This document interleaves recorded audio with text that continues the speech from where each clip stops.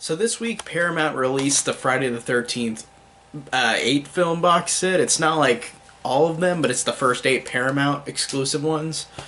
So I was thinking, why not talk about one of my favorite horror franchises ever? Because Friday the 13th, to me, is one of the most entertaining and fun horror franchises. And as a fan of horror, this was one of the franchises that I got into first. And I'm so glad I did because this, to me, the franchise as a whole, I mean, there's a couple that I either don't like or really can't stand, but for the most part, like 80-85% of them I love, like, of this franchise. I think they're all interesting. Even if I don't like them, I can still watch them. But the Friday the 13th franchise to me is also interesting too because we look at pop culture and we look at Jason Voorhees, and I'm going to talk about the first Friday the 13th film and talk about how, Jason isn't the killer at all. Which is something that casual people who don't watch this series will not know. And I really love how the first movie, I think, did a fantastic job in the 80s, in 1980, of being a great mystery. And I also love, too, how they don't even deny it, but Sean S. Cunningham, who directed this movie, just needed money. Like, he made a couple movies that weren't good or well received. And I really liked how they just went out and said, we're just ripping off Halloween because it came out 2 years ago, and it was an immediate success. Well, I mean, not immediate. That Halloween took a little while to build up, but then it became a gigantic success after a while. But they wanted to have their own franchise, Paramount.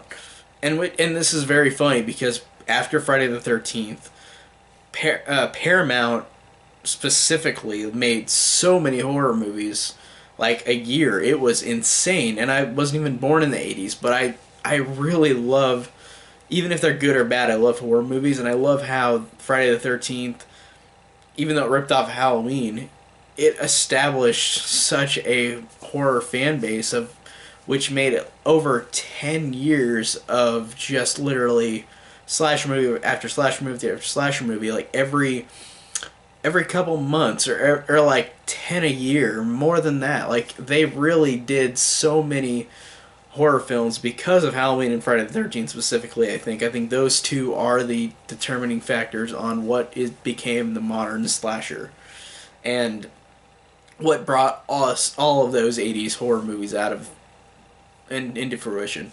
So I really love this movie, and I love how, like I said, this is the first one, and it really is a great mystery movie.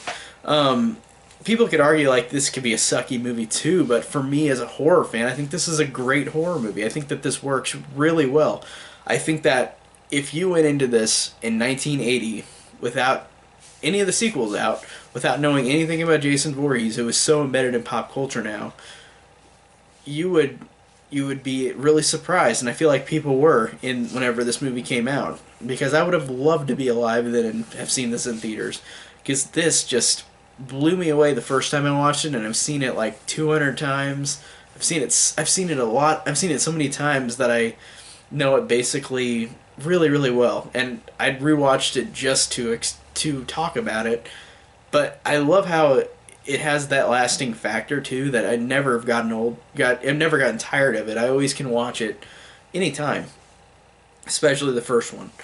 But like I said, this one's a great mystery movie because I like the fact that it starts in 1958, Camp Crystal Lake, where these campers are just singing around a campfire inside, and they go, like, these two camp counselors go upstairs and have sex, or are about to, but then a point of view killer, like Halloween, they had the point of view in the beginning of Halloween too as well, but the point of view of the killer, which you don't see or know anything about, goes up and murders them both, and then it goes to 1980, or present day is what they say in the movie.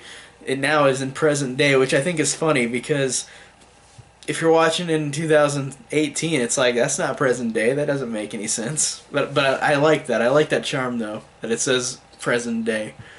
But starts the present day with a girl named Annie who's walking around and going to Camp Crystal Lake, and then talks to all the town folk who say it's jinxed, like how a boy drowned in 57, and then in 58 they 2 kids were killed, and then they tried to do it in 62, but then the water was bad.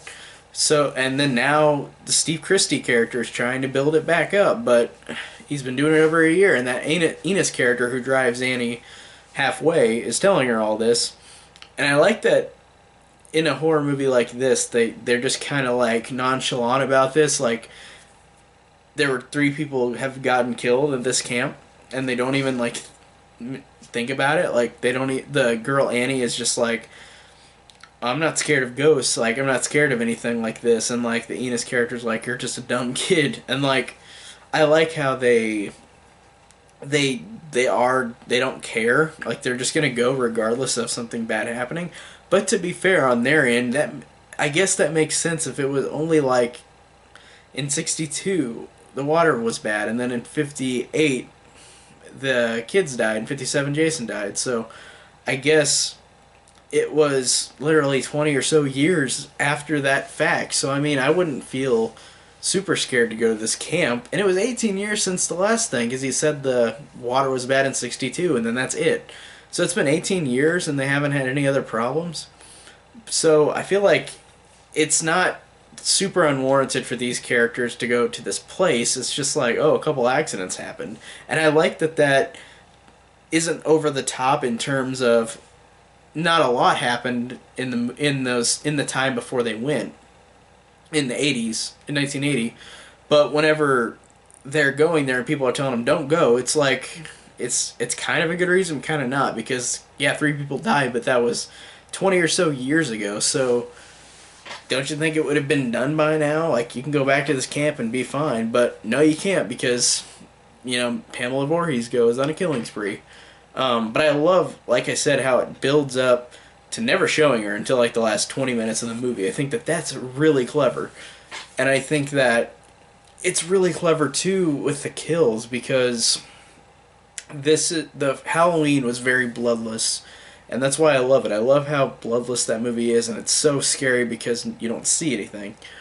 And in this one, I think it is scary too, but not in the same reasoning. Like, because it's bloodier, I think it's effective in a different way. Like, it shows a lot of its gruesome deaths.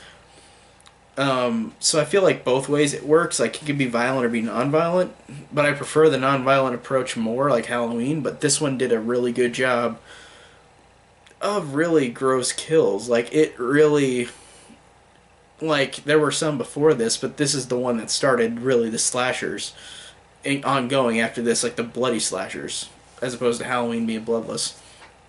And like, whenever it shows the violence, it is brutal. Like, whenever Kevin Bacon's character gets the arrow through his throat, and like, you just see like blood splash on his face. It's like, it's disgusting, but it really is effective. Or whenever Marcy goes into the bathroom and then she looks around and there's the killer with an axe and just axes her face. Or whenever Annie gets her throat slit, like, it's surprisingly, really, it holds up in terms of the violence. Like, some violence, like, nowadays is cheesy CGI, but this, I love how practical it is. Practical, I think, I mean, there's good things, both practical and CGI, but I love the 80s approach of horror movies, because they really were clever and creative with the kills.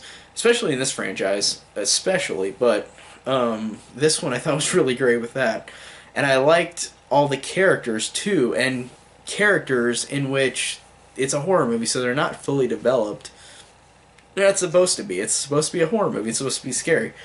You're waiting for the jump scares, and you're waiting for the people to die. So, but to me, I thought that these characters were really likable, and I feel like most of the Friday the 13th did a great job of, even though these characters aren't quote-unquote developed, they have a great likability and sincerity to them. I liked Alice in this movie. I thought that she really was a good final girl. I thought that she gave a lot in terms of her performance. I thought that she was pretty good. And I thought that she's also like she's really just interesting on that fact, and I like all the other characters got a couple moments to shine before they died for the most part, and it worked pretty well in just terms of these characters being likable and interesting. Um, Despite being a horror movie and not having characters that are developed, they just have personalities that are good. I like the personalities of all these characters.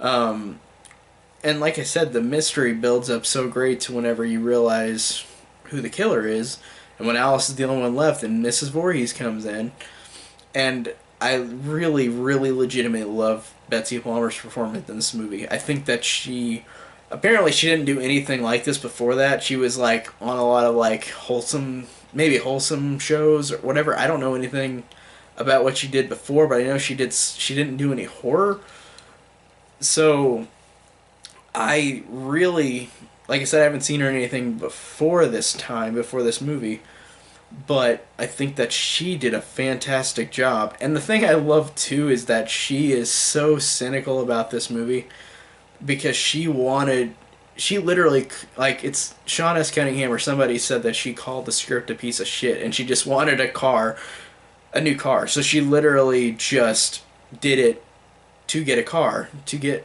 paid to get a car. But her performance is so genuine in this movie. I love how she has that mentality of like, I don't care. This is a shitty movie that's got a bad script or whatever she said, but she just wanted money for like a vehicle, and she is genuine in this movie. She's really good. When she comes in, she's there's something off about her, but whenever she comes in, she is a little endearing, but there's something off about her, and I love how it builds up to that even whenever you meet her. And Alice is just sitting there like, what is going on? I need help. We need to get out of here. While Mrs. Voorhees just starts having her flashbacks of Jason drowning, and I really loved how it's also a woman character who is the killer. I think that's really cool, especially in 1980. That's really cool. I'm glad that they did that. It's just like in '79 when Alien had Ripley as as the main character. I thought that's really cool, and I think that Betsy Palmer did fantastic in this movie, despite what she thought about the movie itself. I thought that that's really endearing in a way, but it's not. Like, you know what I mean? Because she just wanted to get a car. She didn't care about this movie. She said it was awful. So that's funny. And I've seen interviews with her like before she died too about like how she said, I don't get why people love this movie or love my character. And I loved her character just because she was so like she had such a great performance with her character, and her character was interesting, and how scary she was, and how this woman killed all these people just to avenge her son, even though she killed the people who weren't watching her son whenever he drowned. So I really liked her performance. I thought it was great, and I thought that the ending fight with her and Alice is really fun, where they're both fighting on the dock. But before that, they run around the camp like chasing each other. And I love whenever it shows like her mouth and it shows the moon, and Mrs. Voorhees is talking in Jason's voice and saying, "Kill her, mommy, kill her." Like that. That to me is so scary and so really really scary, and just how she speaks it and how she talks in her son's voice, and it's really scary, and it really works really well with her performance. And I really think that, like I said, the ending fight was good, and I liked how, even though it was silly, which most horror movies like this in the '80s were silly, but I love whenever it did the slow mo of Alice picking up the machete, going up to Mrs. Voorhees. She opens her mouth real wide, and then she gets her head cut off, and it was so silly, but it was so good too, though. I love that, and I love too how this has one of the best jump scares I'd say in a movie. Like, there are other great movies, like Carrie, 76 Carrie, that did this too, where like they've got fantastic jump scares at the end that you remember forever. Or at least I have. Like this, Friday the 13th has a fantastic jump scare at the end because Mrs. Voorhees is the killer in this movie. And if you only saw this, you never heard of Jason. You just know that she had a son who drowned, and then Alice is in the little canoe, just just in the water after she kills Mrs. Voorhees, and it's in the morning, and the cops see her and try to and yell at her and try to get her to come down, but she's not moving. And then the music is all nice and sweet, and then it cuts, and Jason, little boy Jason, deformed, rotted, jumps out, grabs her, and pulls her back in the canoe, and then she wakes up and screams and is in a hospital, and then talks to the cop who and asks, "Are they all dead?" And he says, "Yes, unfortunately they are." And then she says, "Well, what about the boy?" And then the officer looks at her and goes, "What boy?" And she goes, the boy Jason who pulled me in, who tried to attack me." And then I love the reaction the cop gives, because it gives such a great ending note of the movie, because he just says, "Ma'am, we didn't find any boy." And then Alice just sits there for a minute, whispers something to herself, like, "I swear, like I saw." And then she just looks at him and says, "Then he's still there." And then it zooms in on her face, and then it zooms in on the lake at peace. And that is really fantastic. That just blew me away at how fantastically done that the whole movie is. And I know people can argue that this is just a dumb horror movie, but to me, as a horror fan, this was fantastic. And I think that it works so well in the performances, and in terms of the fun factor, and in terms of the violence, and in terms of being one of the first bloody slashers that invigorated the slasher genre, like bloody slasher genre, as opposed to Halloween. But this is really such a great movie, and I love watching it all the time. I can rewatch it anytime, see it maybe once or twice a year. I think that it just holds up so well, and I love this franchise, and I can't wait to talk about the other ones. And I really can't wait. But as it goes, this one I think is really a fantastic horror movie.